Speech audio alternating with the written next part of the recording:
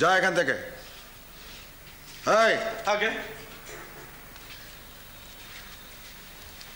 শুধু এইটুকুই বলার ছিল? আগে না, বলার তো অনেক কিছুই ছিল, কিন্তু আপনি যেন রেগে যাচ্ছেন। বল শুনি। আমি পারবো না বাবু, আমার হাত পা কাঁপছে। হালদার মশাই আপনি বলুন। আপনিও জুটেছেন এদের মধ্যে? আগে হ্যাঁ, তবে সাত করে জুটিনি সেজে বাবু। আপনার বাড়িতে গৃহদেবতাকে দুবেলা জল দিই আমি, দিই তো, তাই এই বাড়ির ভালো মন্দের কিছুটা দায়িত্ব আমার আছেই। বেশ বলুন, শুনছি। সারা কলকাতা চাউর হতে বাকি নেই সেজু বাবু। কি বলেন তো? ওই রানী রাসমণির মন্দিরে অনাচারের খবর। এতে কি রানী রাসমণির দপদপা কিছু কমবে না বাড়বে?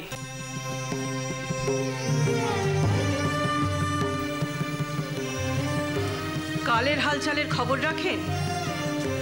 আজকাল পয়সা দিয়ে লোক রাখা হয় কেচ্ছা ছড়াবার জন্য। আপনি কেন মা? আমি তো কথা বলছিলাম। অনাচারের খবর বন্ধ করার দায়িত্ব তো আপনাদের। আপনাদের আমি পয়সা দিয়ে মাইনে করে রেখেছি কিসের জন্যে? আর আমার কেচ্ছা তো আজকের নয় হালদার মশাই। আমি শূদ্রাণী বলে আমার মন্দির প্রতিষ্ঠা করার অধিকার নেই। আমার মন্দিরে ব্রাহ্মণেরা অন্নভোগ গ্রহণ করবেন না, আর রানী রাসমণির মন্দিরে অনাচার চলছে। ওরা চলে গেছেন মা, আমি ওদের চলে যেতে বলেছি। বুঝেছি। তুমি এভাবে আমাকে আর কতদিন আড়াল করে রাখবে? আপনি আড়াল ছেড়ে কেন বেরোবেন মা? মথুনানাথ তো এখনো আছে। এ কি অশান্তি শুরু হলো বলো তো? মা, আমি কি ছোট ভট্টাচার্যকে ডেকে পাঠাবো? না না না না না, আপনার যদি কিছু জিজ্ঞেস করার থাকে ওকে জিজ্ঞেস করে নিতে পারেন। ওই মানুষটাকে আবার এর মধ্যে জড়াবে কেন? ও কি জানে? সহজ সরল মাতৃভক্ত সাধক, শাস্ত্রাচারের বাগাড়ম্বরহীন ভক্তজন মায়ের আসনে বসে মাকে ছোঁয়ার সাধনায় মগ্ন। ওদের মতো শকুনির দৃষ্টি তো ওর নেই। আপনি ঘরে যান মা। আমাকে ঘরের মধ্যে বন্দি করে রেখে কি হবে? আমার দায় যখন আমাকেই সামলাতে হবে। শুনে গেলে তো হালদার মশাই কি বললেন, সারা কলকাতা রাষ্ট্র হয়ে গেছে, রানী রাসমণির মন্দিরে অনাচার চলছে। বেশ মা, আমি দেখছি। এর একটা বিহিত চাই। তুমি এক্ষুনি ব্যবস্থা করো। আপনি নিশ্চিন্ত থাকুন, আমি যথাসময়ে ব্যবস্থা নিচ্ছি। যথাসময়? সময় আর পড়ে নেই মথুর। আমি ঠিক জানি কি তুমি আর মা দুজনে মিলে গদাই ঠাকুরকে মন্দির থেকে তাড়াবার ব্যবস্থা করছো। তোমরা আমায় বলছো না বটে, আমি ঠিক জানি। আমি জানি এসব আমার পাপের ফল। তোমায় এত করে বললুম, তুমি একবার আমাকে ঠাকুরের কাছে নিয়ে চলো, আমি তার পা জড়িয়ে ধরে কাঁদবো, তোমার সব পাপ কেটে যাবে। তা তো করলেই না, উল্টে উল্টে আরো পাপের বোঝা বাড়াচ্ছ। একটা কথা বলবো? তোমার মাথাটা একটু নেড়ে চেড়ে দেখো, তোমার মাথাটা পুরো খারাপ হয়ে গেছে।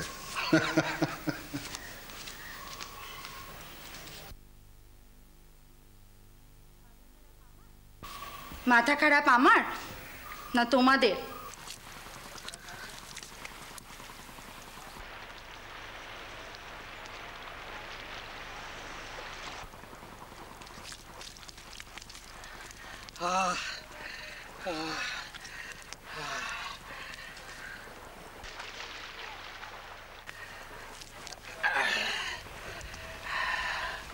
আরে হলোটা কি নবীন ভাইয়া? ওই মাটি গায়ে মাখছো, যেখানে সেখানে মাথা ঠেকাচ্ছ। বলি ব্যাপারটা কি? পেট কামড়াচ্ছে নাকি মাথার ব্যামো হয়েছে? প্রায়শ্চিত্তি মানে সব পাপ ঝরে গেছে গো। আমার যে এখন কি আনন্দ লাগছে। এই ভারী হালি লাগছে কিন্তু আমার। এবার সত্যি গ্যাক করে কামড়ে দেবে। এই ব্যাপারটা একটু খুলে বলো দেখিনি। সব ওই দক্ষিণেশ্বরের মহাপীঠের কৃপা। তাই তো গায়ে নিচ্ছি, মাথায় ঠেকাচ্ছি। একদিন ধরে তো আমি ওই এলোপাতারি পুণ্য করে চলেছিলাম, তা ধরো আন্দাজে ওই ঢিল ছোড়ার মতো। তো এবার সেসব গিয়ে জায়গা মতো লাগতে শুরু করেছে, বুঝলে মা তো ভাইয়া?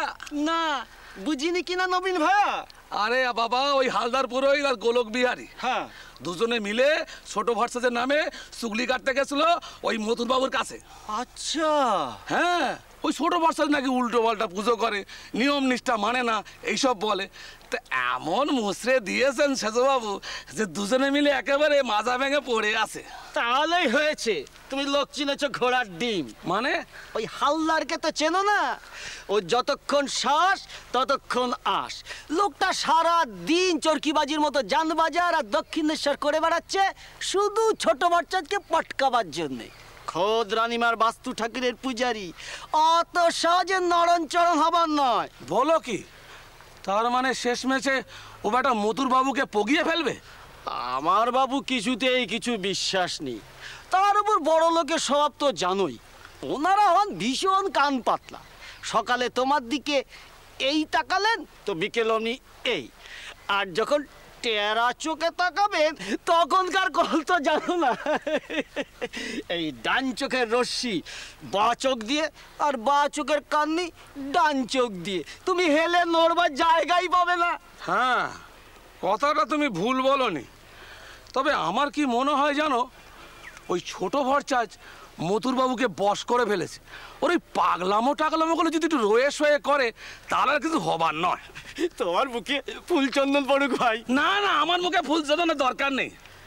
নাকে মুখে বাতাস বয়ে কটা দিন বেঁচে পড়তে থাকি, তারপর এক সময় এই বুড়ো বয়সে ওই পারানির কড়িটুকু ঠাকুরের পা থেকে কুড়িয়ে নিই।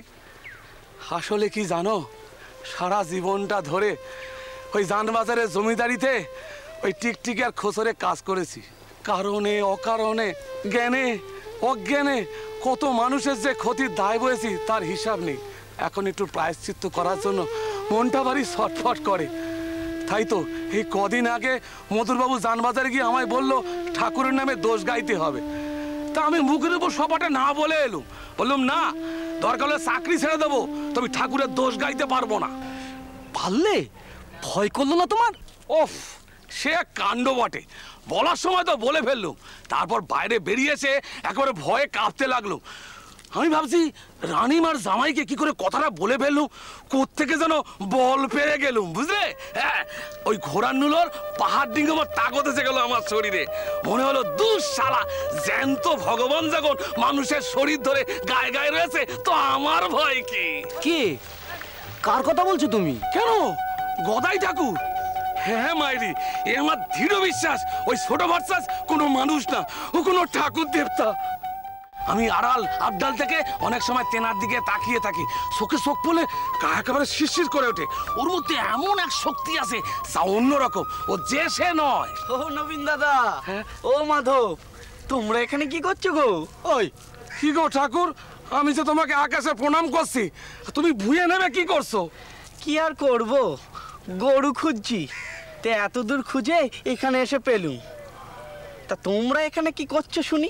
ওই মাধব ভাইয়ের সঙ্গে একটু তোমার সম্বন্ধে গপ্প করছিলাম। ওসব গপ্প টপ্প পরে করো, এখন মন্দিরে গিয়ে যে যার কাজ সামলাও দেখিনি। শুনলুম সেজবাবু নাকি মন্দিরে আসছেন। হঠাৎ? তা আমি কি করে জানবো? শুনলুম তোমাদের কাজে যে মন নেই তা তেনার কানে গেছে, তাই তিনি নিজে আসছেন সব খোঁজ খবর নিতে। কানা ঘুষো যা শুনলুম, সেজবাবু মন্দির নিয়ে খুব দুশ্চিন্তায় রয়েছেন, কি সব কঠিন কঠিন ব্যবস্থা নেবেন। আমি বাপু সোজা বলে দিচ্ছি, মিছে কথা আমি কইতে পারবো না। তিনি যদি এসে আমাকে জিজ্ঞেস করেন, আমি সোজা বলে দেব যে তোমাদের কাজে মন নেই, তোমরা শুধু এখানে চাকরি করো, মায়ের জন্য সত্যিকারের কারো মন নেই। লো ঠেলা, আমরা বলে এতক্ষণ ধরে ওনার হয়ে জল টানছিলাম। খুব তো নাচছেন, সেজে বাবুর মন্দির আসার কথা তো কানা ঘুষে আমিও শুনেছি, কিন্তু কেন আসছেন তা জানেন? শ্রীরাম কৃষ্ণ